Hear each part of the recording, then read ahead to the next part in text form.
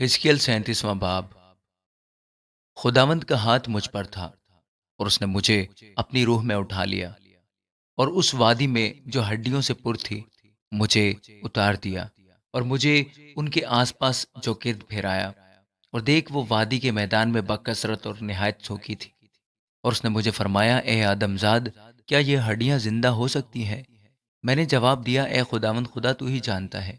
फिर उसने मुझे फरमाया, तू इन हड्डियों पर नबुवत कर और इनसे कह, ए सूखी हड्डियों, खुदावंद का कलाम सुनो। खुदावंद खुदा इन हड्डियों को यूं फरमाता है कि मैं तुम्हारे अंदर रूह डालूंगा और तुम जिंदा हो जाओगी, और तुम पर नसें फैलाऊंगा और गोश्त चढ़ाऊंगा और तुमको चमड़ा पहनाऊंगा और तुम में दम फूंकूंगा और तुम जिंदा होगी और जानोगी कि मैं खुदावंद हूँ। बस मैंने हुक्म के मुताबिक नबुवत की, और जब मैं नबुवत कर रहा था तो एक शोर हुआ और देख, जलजला आया और हड्डियां आपस में मिल गईं, हर एक हड्डी अपनी हड्डी से। और मैंने निगाह की तो क्या देखता हूँ कि नसें और गोश्त उन पर चढ़ाए और उन पर चमड़े की पोशिश हो गई, पर उनमें दम न था।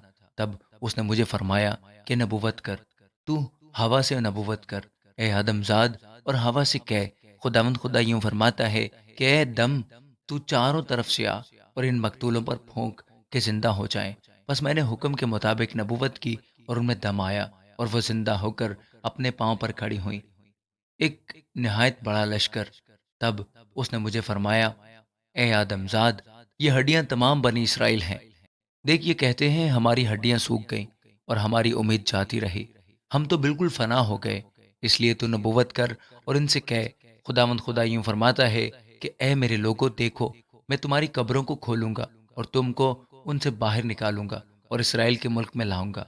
और ए मेरे लोगों, जब मैं तुम्हारी कब्रों को खोलूंगा और तुमको उनसे बाहर निकालूंगा, तब तुम जानोगे कि खुदावंद मैं हूँ।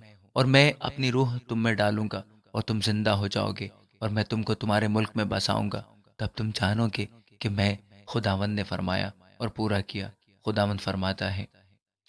फिर खुदावंद का कलाम मुझ पर नाजिल हुआ कि ए आदमजाद, एक छड़ी ले और उस पर लिख, यहूदा और उसके रफीक बनी इसराइल के लिए।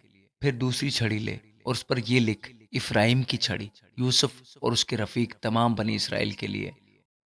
और उनको जोड़ दे कि एक ही छड़ी तेरे लिए हो और वो तेरे हाथ में एक हो।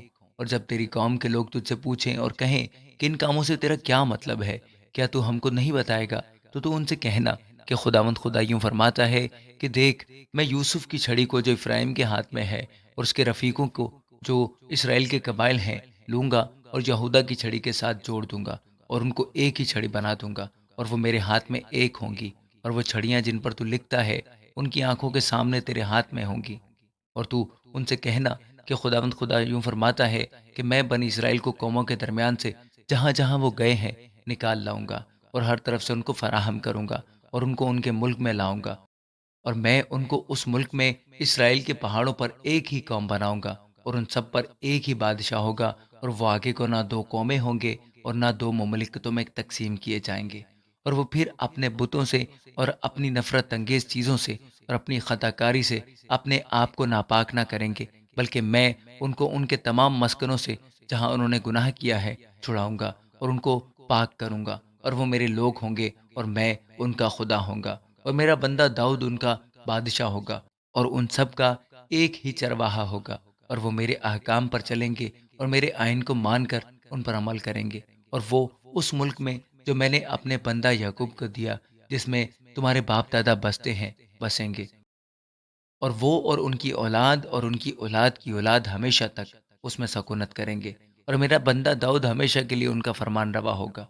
और मैं उनके साथ सलामती का अहद बांधूंगा जो उनके साथ अबदी अहद होगा। और मैं उनको बसाऊंगा और फरवानी बख्शूंगा और उनके दरमियान अपने मकदिस को हमेशा के लिए कायम करूंगा। मेरा खैमा भी उनके साथ होगा, मैं उनका खुदा होऊंगा और वो मेरे लोग होंगे। और जब मेरा मकदिस हमेशा के लिए उनके दरमियान रहेगा, तो कौमें जानेंगी कि मैं खुदावंद इसराइल को मुक़द्दस करता हूँ। आमीन।